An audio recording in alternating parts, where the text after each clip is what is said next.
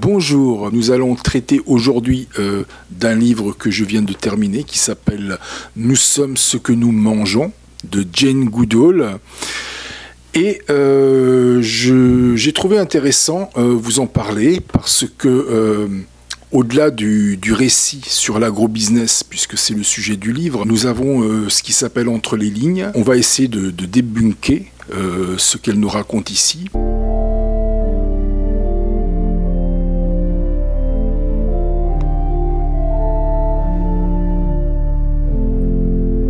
En premier lieu, il serait intéressant de commencer par l'histoire qu'elle nous raconte sur l'agrobusiness, qui dure déjà depuis quelques décennies et qui a laissé la planète complètement dévastée, puisque l'agrobusiness utilise beaucoup de produits chimiques. Il y a énormément de consommation d'énergie et de matières premières pour les emballages et le transport. Même les plus hauts responsables de ces multinationales se rendent compte qu'ils ne peuvent pas faire de profit durable dans ce secteur. Et si le profit a été immense jusque-là, il l'est à court terme.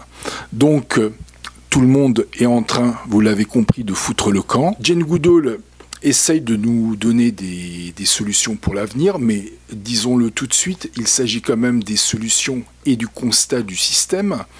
Le système est lui aussi complètement conscient de ce problème-là.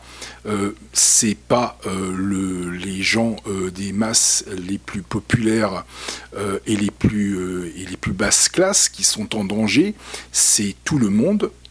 Toute la planète qui est en danger avec cette activité-là.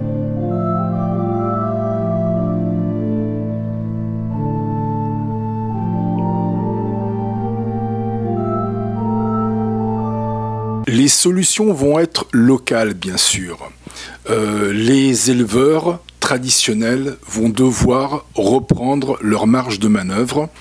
Ils vont devoir retravailler pour les gens qui vivent à côté d'eux, c'est-à-dire que ça implique une rupture dans la façon que les gens ont de s'alimenter par rapport à ce qu'ils faisaient avant. C'est-à-dire que on va éviter les McDo, les grandes enseignes de cet agrobusiness. On va essayer de consommer bio. On va essayer de se rééduquer. C'est dans cette rééducation que l'on va trouver de nouvelles solutions pour l'avenir. Donc, ces producteurs locaux, ces fermes un petit peu plus traditionnelles, elles vont prendre de plus en plus le relais.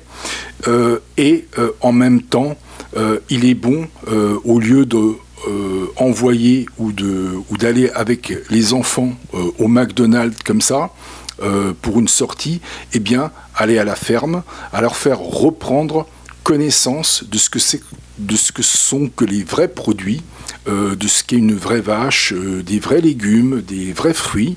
Il y a toute une éducation à refaire dans ce sens-là, et même pour les plus vieux, pour les adultes, il faut reprendre contact avec une réalité dont l'agrobusiness nous avait coupé.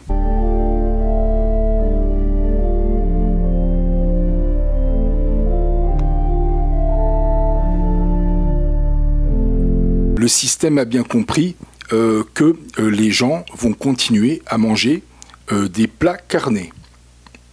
Donc on ne peut pas croire un seul instant que la viande va disparaître. Très intéressant de sortir d'une alimentation à base de produits comme des steaks et d'aller vers un végétarisme où vous allez peut-être manger une viande blanche comme du poulet ou du poisson au lieu de manger ces viandes rouges.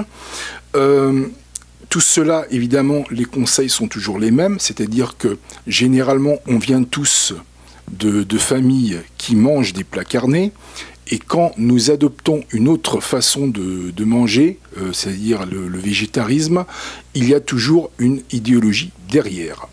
Donc, il faut toujours que cette idéologie, comme le dit Jane Goodall, puisse prendre en compte toujours la compassion envers les animaux. Nous faisons ça par compassion, par compassion envers la nature, développer aussi, j'ose dire le mot, amour. Amour des animaux, amour de la nature. Je précise donc que dans l'avenir, nous mangerons de la viande, certainement moins qu'aujourd'hui. Donc, ces formes-là de végétarisme sont intéressantes, surtout que nous avons ce problème du véganisme. Alors, le véganisme, beaucoup de scientifiques s'y sont penchés dessus. Nous ne savons pas à l'heure actuelle si l'être humain est fait pour être végane.